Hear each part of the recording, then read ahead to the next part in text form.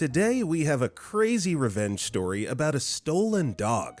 We'll get into that in a bit, but first, Landlord refuses to buy my windows, so I make him pay $21,000. Landlord refuses to fix broken windows, costing him thousands of dollars and his job. Keeping things vague in this post on purpose, my girlfriend and I moved into a house with several broken and cracked windows.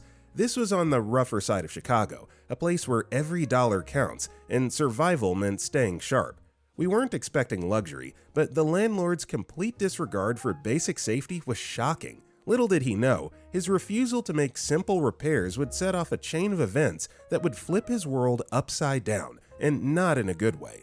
So I, a 30-year-old male, and my girlfriend, 26-year-old female, had been searching for a new place to live for months in 2020, when we finally came across what seemed like the perfect house. It all started with a Craigslist ad. My girlfriend and I had been scrolling through listings for weeks, trying to find a place that was both affordable and decent.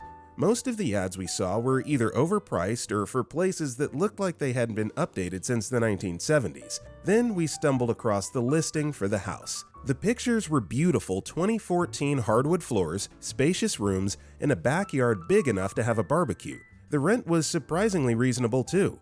Almost too reasonable. There's gotta be a catch, I muttered, squinting at the screen. But after reading the description a dozen times, we decided to schedule a viewing. We met the landlord at the house on a sunny Saturday afternoon. He pulled up in a slightly beat-up SUV, wearing a polo shirt and khakis. His smile was wide, almost too wide, and he extended a hand as soon as he stepped out of the car. "You must be the young couple interested in the place," he said, his voice warm and welcoming. We nodded, and he ushered us toward the front door. "You're going to love this place," he said, jangling a massive keyring as he unlocked the door. "It's been in my family for years, but I just don't have time to live here anymore. My loss is your gain." The inside of the house was even better than the pictures. The living room had huge bay windows that let in a flood of natural light. The kitchen had shiny new appliances, and the bedrooms were spacious. As we walked through each room, my girlfriend kept nudging me and whispering, "This is perfect." Then we noticed the windows. It was hard to miss the long cracks running across several panes. One window in the living room had a piece of tape holding a small hole together, and another in the kitchen looked like it had been shattered and badly repaired. My girlfriend frowned and asked, "What happened to the windows?" The landlord waved a hand dismissively. Those. The last tenants had kids who loved throwing things indoors. Don't worry, I've got a contractor lined up to fix them. Shouldn't take more than a couple weeks." I hesitated. Broken windows in a house were a big red flag, especially with winter around the corner. But the landlord seemed so confident and reassuring. "I'll get it done ASAP," he repeated. "You have my word." Despite the windows, the rest of the house seemed too good to pass up.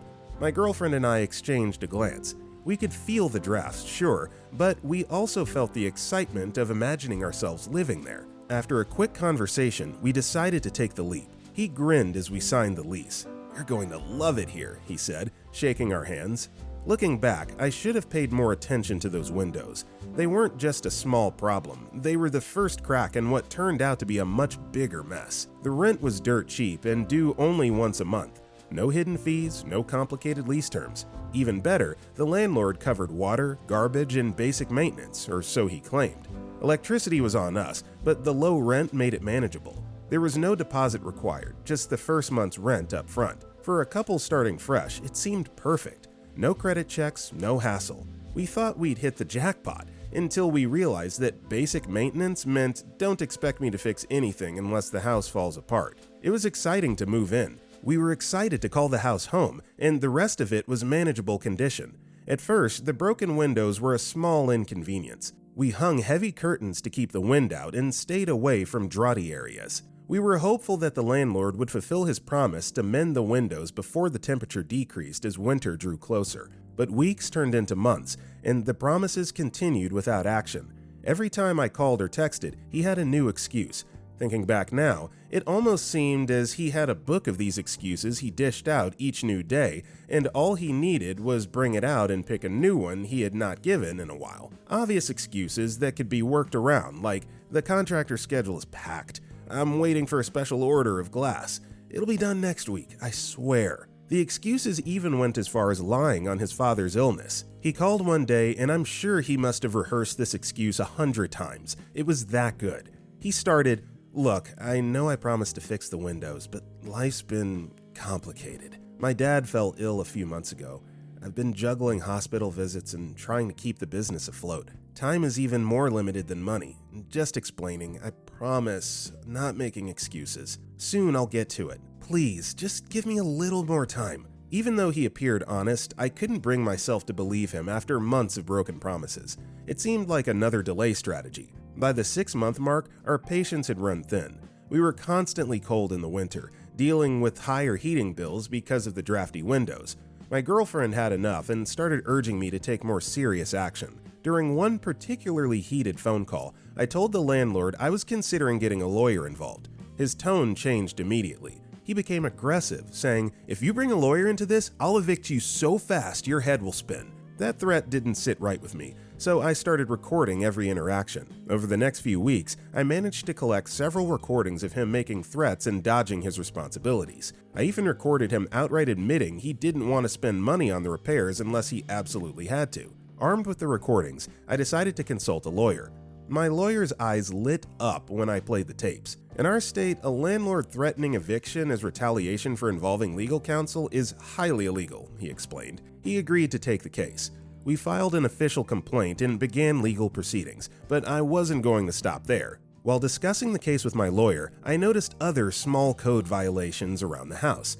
For example, the smoke detectors were outdated, and there was a lack of proper insulation in some areas. I reported these issues to the city's code enforcement department. They were quick to respond, sending an inspector to assess the property. The inspector found enough violations to slap the landlord with a $10,000 fine and a strict deadline to make repairs, including fixing the windows. Meanwhile, I was still working my regular job at a medium-sized payroll and corporate compliance company. As fate would have it, my company handled payroll for the business where my landlord was the president. This connection would soon prove invaluable. One day, while reviewing records for my job, I noticed several glaring compliance issues with my landlord's company. They lacked a proper employee handbook, hadn't displayed mandatory labor law posters, and failed to meet several federal reporting requirements. These were serious violations, and given how long the company had been operating this way, the fines could be astronomical. Knowing this, I filed a report with the appropriate regulatory agencies.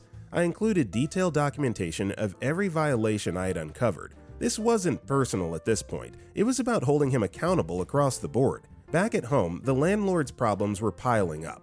The code enforcement department's $10,000 fine forced him to act quickly. The inspector's report stated that the windows couldn't be replaced individually without compromising the structural integrity of the house. This meant he had to replace every single window, including the expensive bay windows in the living room and master bedroom. The total cost came to $6,000. Adding insult to injury, my lawyer had included a clause in the lease that allowed tenants to recover legal fees if they had to take the landlord to court over negligence. When the legal battle was over, the landlord had to cover my $5,000 legal bill as well. That brought his total out-of-pocket costs to $21,000. A few days after the fines were issued and the bills started piling up, Mr. Hendricks called me, his usual polite tone completely gone. "Do you have any idea what you've done?" he barked as soon as I answered. I stayed silent, letting him rant. "The city slapped me with a $10,000 fine because of your little complaint, and now you're dragging lawyers into this? Do you think I'm made of money?" I calmly reminded him that we'd been asking for months for the windows to be fixed, and that we were well within our rights to get legal help. That's when his tone shifted to something darker. "You think you're so smart," he hissed. "But don't forget who owns that house. I could have you and your girlfriend out of there faster than you can blink. You don't want to push me on this." I knew his threats were empty.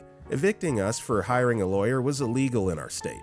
Still, hearing the venom in his voice made it clear he wasn't used to being challenged. I hung up the phone with the widest smile because I knew I'd got him good. While my landlord struggled with the mounting costs of repairs and fines, the regulatory agencies were conducting their investigations into his company.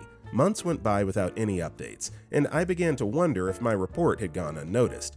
Then, one day, I logged into work and saw that his name was no longer listed on the payroll. Curious, I called his company to verify why he was removed. The HR manager informed me that there had been organizational changes due to severe fines from federal and state regulators. Those fines totaled over $730,000, and as the president of the company, my landlord was held responsible.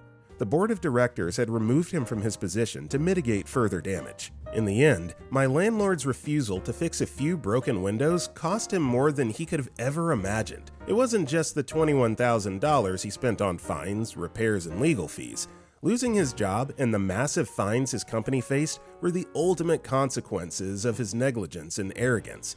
For me, justice was sweet. My girlfriend and I eventually moved out to a better place, leaving behind the headaches and drafts of that old house. I didn't have to pay a dime for the legal battle, and we learned the importance of standing up for ourselves, no matter how intimidating the opposition might seem. Looking back, all of this could have been avoided if he had just replaced the windows when he said he would.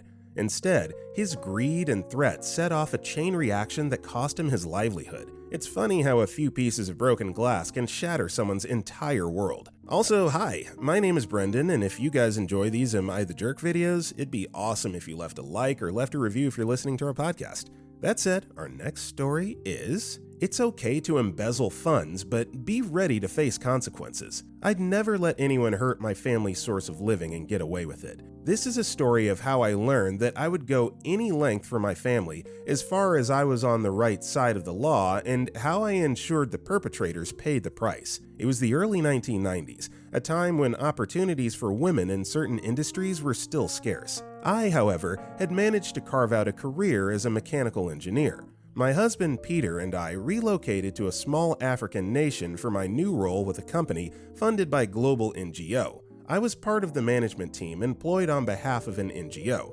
non-government organization, company founded by the Commonwealth and IMF, International Monetary Fund, to help set up viable labor-intensive industry for the country in the mid-1990s. Our mission? To create sustainable, labor-intensive industry in a country that desperately needed economic stability. The job came with perks I couldn't ignore: a secure home in a gated community, free utilities such as tennis courts, swimming pool, and guest lodge. The contract I had been given included all of this, and free electric, water, and telephone landline. There was no broadband at that time. You used your landline to dial up. No mobiles at this time. Private schooling for our 2 children, and a monthly stipend that more than covered our needs. The only downside was that my husband couldn't take up permanent employment due to our visa terms. I was the total provider, but that was manageable with my benefits. Life was comfortable, and I truly believed we were doing something good. For 2 years, I worked tirelessly. We trained hundreds of local employees, teaching them skills to become self-reliant. I was respected by the management team and my employees. I helped set up schools to improve their verbal and written skills, not only in English, but also in the local official language. I spoke each day, ready to tackle the challenge, see the staff develop, especially the women learning and gaining independence, and see the company flourish, become profitable. The rewards were amazing. Because the company becomes very profitable, it needed to be sold as a going venture to investors in the country. This was part of agreement with the CDC, Commonwealth Development Corporation, and IMF, International Monetary Fund, who up to that point were our bosses. The sale included a clause that assured the continued employment of the local employees for 18 months after the sale. The order books were full, the bank balance very healthy on the day the new owners came in. Our company thrived under the old management team, consistently hitting profit targets. Everything changed when the company was sold to new owners. These investors were based in Southeast Asia and brought with them their own executive team, including the smug new CEO, Richard, and the abrasive CFO, Philip.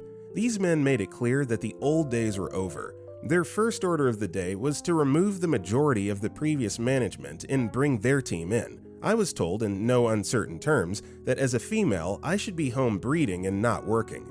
I knew my time was up. It was the way in which he actually said it that made me so angry at first, but you'd think they'd say all this and have a strong sense of direction when it came to handling the affairs of the company. Far from it. Within a few months, the company spiraled into chaos. Orders were delayed, essential equipment fell into disrepair, and morale plummeted. The company that was obviously thriving and caused this new acquisition was going down and getting losses instead of profits. Whilst on medical leave, the CEO makes the decision to cut off free private education and no more free utilities or food allowance without adjusting my allowance, so I went from being well rewarded for the job to having to manage with a salary that was only $100 and pay for private school and all other household costs that were previously incorporated into contract. Yes, the company can do this. Basically, a new contract was underwritten as part of the new ownership.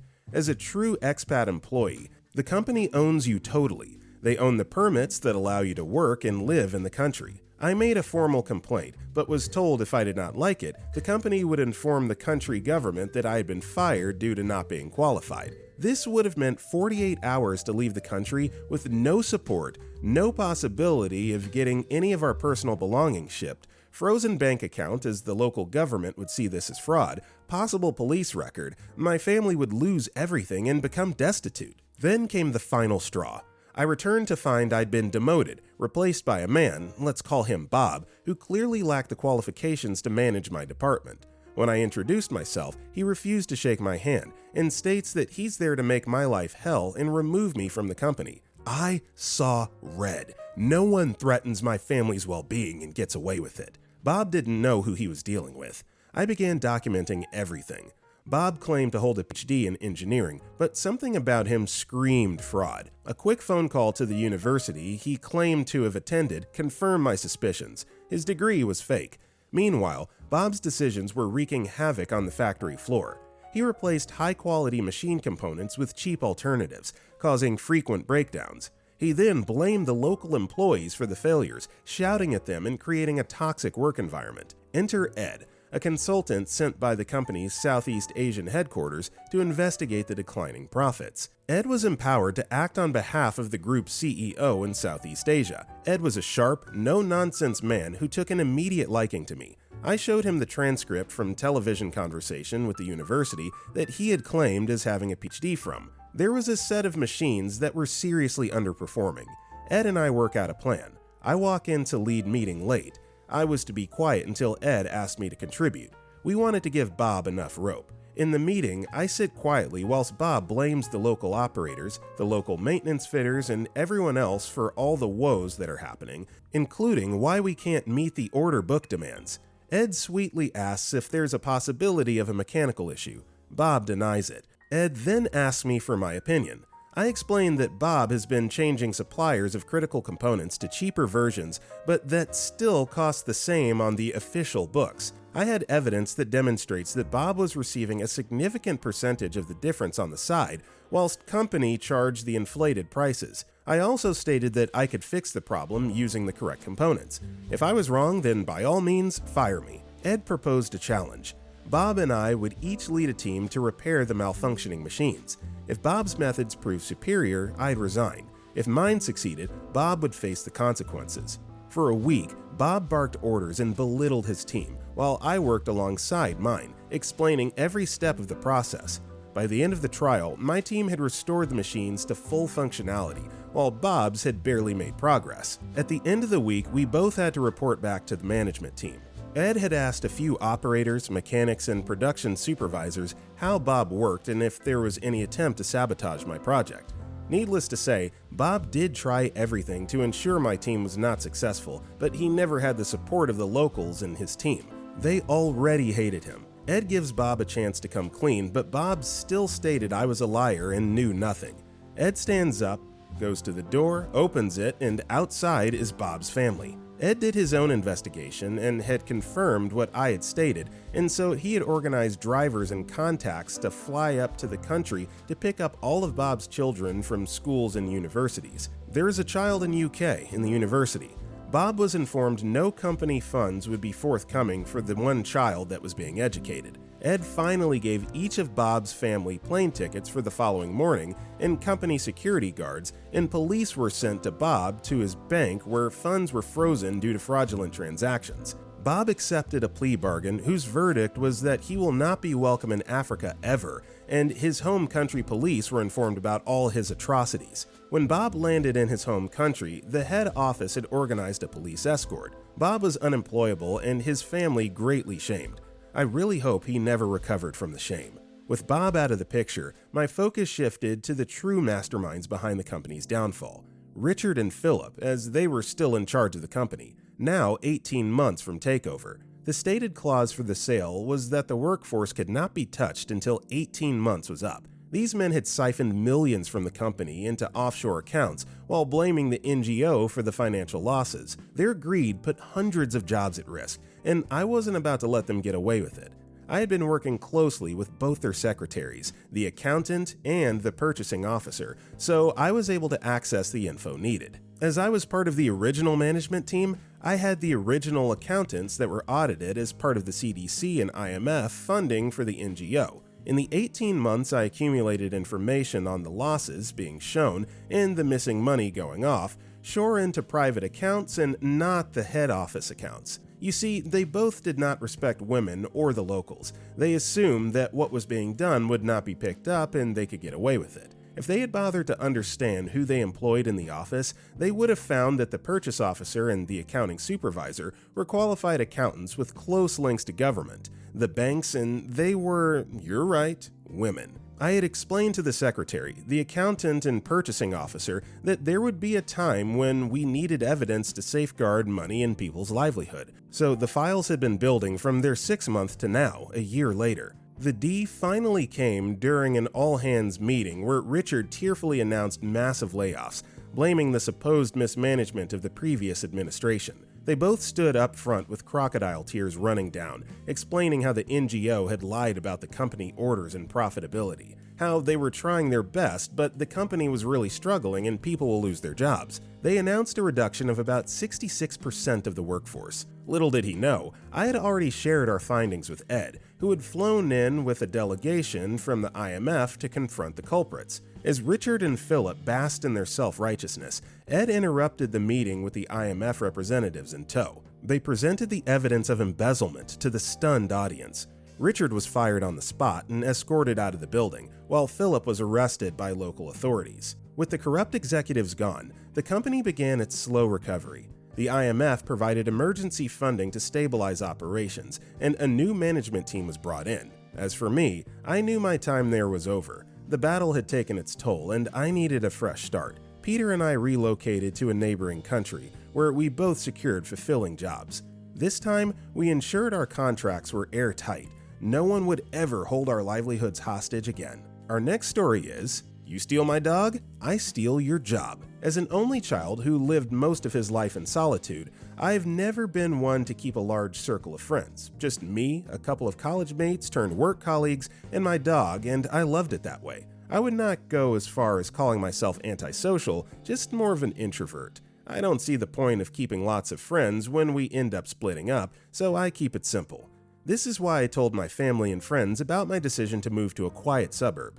They weren't surprised. Most of them said they knew it was coming. This was something I had been meaning to do.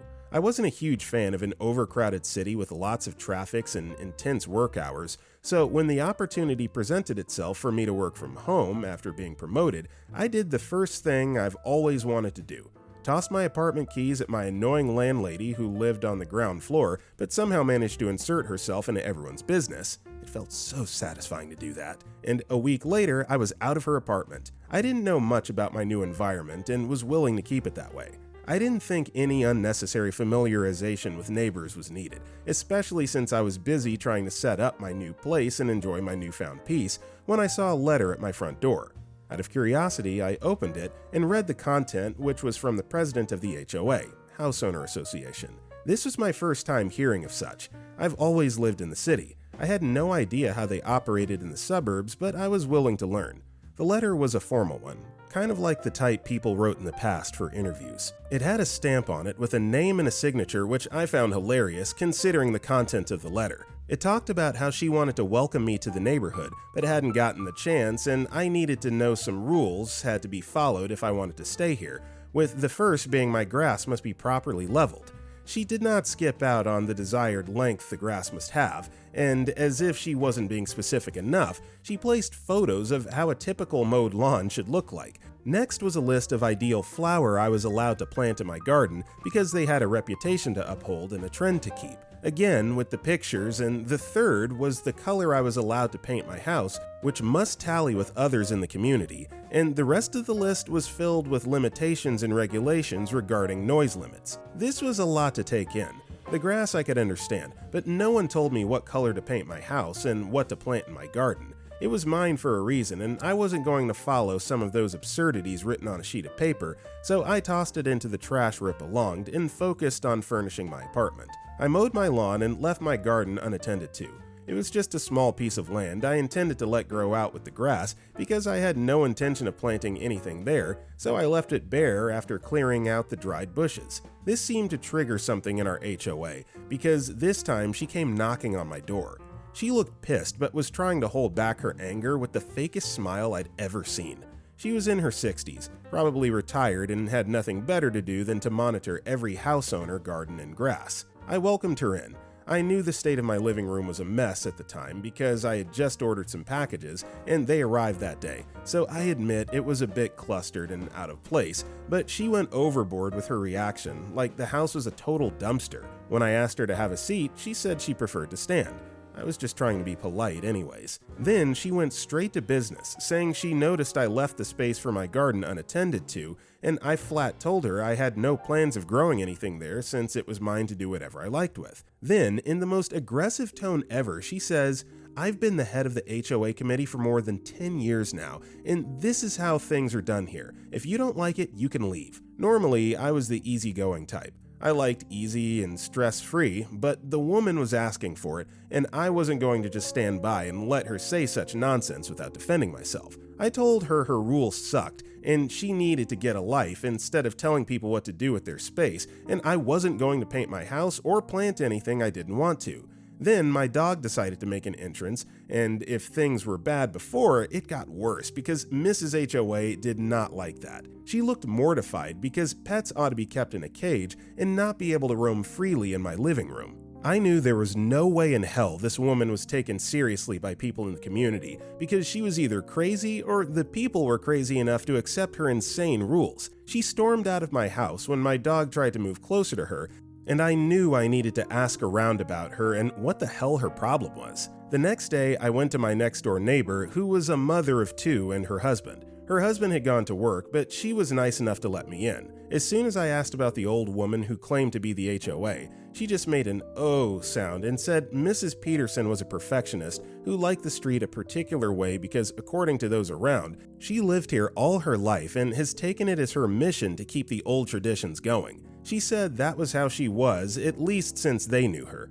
When I asked why everyone followed those absurd rules, she said they didn't. Mrs. Peterson personally saw to it that it was that way, and I had no idea what that meant till I went out the next week and came back to see a couple people painting my house without my permission. I knew there was only one person who could be behind this, and it didn't take long for me to find her by the side of my house supervising each worker on what to do. I went up to her and told her she had done a fine job of wasting her money because I wasn't satisfied with that color and was going to have the house repainted, and with a straight face, she looks at me and says, "You're the one who's going to pay these guys. I just brought them here to work for you." I had never seen such a level of audacity in my life, so I told her to give me a moment so I could grab my phone inside. As soon as I got inside, I locked my door, turned on the speaker, and began working on a new game model for hours, non-stop. I knew at some point Mrs. Peterson must have knocked on my door to tell me they were done, but I wasn't going to pay anyone money for something I didn't ask them to do. I turned off the music hours later when I was sure there wasn't anyone around and went to bed satisfied with myself. I woke up to a loud bang from an angry Mrs. Peterson yelling at me for the stunt I pulled yesterday, how rude it was, and how she had to pay them herself and needed a refund for her money. I told her she wasn't going to get a dime from me because I never asked her to hire anyone, nor was I interested in painting my house, but since she wanted to help me with that without asking for my permission, then she was free to do that. Mrs. Peterson did not take things well because an hour later, she was at my front door again, only this time with cops, who looked like they would rather be anywhere else but here. When I asked the cops what I was being accused of, they both looked at each other before saying I had been accused of deception and debt. I asked if painting a person's house without their authorization and telling them to pay for it sounded right, and the cops had nothing to say. It was clear that Mrs. Peterson was in the wrong here, and the cops knew that, but probably out of respect, they answered her call. When Mrs. Peterson saw she wasn't getting anywhere, she made a scene that attracted few people, including my next-door neighbor. The cops had to drag her to her house while urging her to calm down, as I just stood there taking in the whole scene. The next day, my next-door neighbor comes around. She didn't need to ask what had happened because she knew what was going on. Her advice was for me to just pay Mrs. Peterson the money since everyone in the neighborhood knew she was just a bored old woman who lost her husband years ago and decided to take on the role of HOA just to feel useful so no one takes her seriously. I told my neighbor that was precisely the problem here. No one wants to tell Mrs. Peterson she was taking things too far, but they all knew she was. I wasn't going to pay her a dime because she had no right to coerce me into doing things I didn't want to do. About a month later, I had settled nicely into the area. Mrs. Peterson was old news. She never came by after that day to demand money and left me alone. I repainted my house to my desired color, and once in a while I would see Mrs. Peterson look at the color with disdain when she passed by, and that always made my day. My attention was needed at the firm I worked for. I went to the city thinking I would be back the same day, but had to extend my stay for a bit, so I called my next-door neighbor to help check on my dog and feed it. She was happy to help, although she couldn't bring him to her home because one of her daughters was allergic to furs, but she was happy to take him on walks and give him his treat. I told her where I hid the spare keys and called constantly to make sure he was fine, and he was fine until my neighbor calls randomly, telling me she couldn't find my dog but left him inside last night. Ollie was a good dog. He never left the house randomly or caused trouble. I had to head back home, and like she said, he truly was nowhere to be found. I asked around the neighborhood and no one seemed to have seen it. By day 2, it was getting clear this wasn't a joke, so I went to the cops who said they would get back to me if they found something. I didn't want to point fingers at anyone, but I knew he must have been stolen by someone because Ollie wasn't the type to just leave. I asked around once more, this time without skipping any house, including Mrs. Peterson, who refused to open up, but I wasn't having it, so I went to the side of the house to knock on her window, and I saw Ollie in a cage, looking uncomfortable as hell. He looked like he had been sedated. I took a large stone and broke the window. This caught Mrs. Peterson's attention, enough for her to open her door. I went straight for my dog and demanded she released him. She claimed it wasn't mine, like I couldn't identify my dog. I had to call the cops on her. It took a while for her to open up the cage and let the dog go after admitting it wasn't her dog. This time everyone agreed she went too far. She said she was trying to keep the environment from pests, like my dog was a pest. It was just too insulting.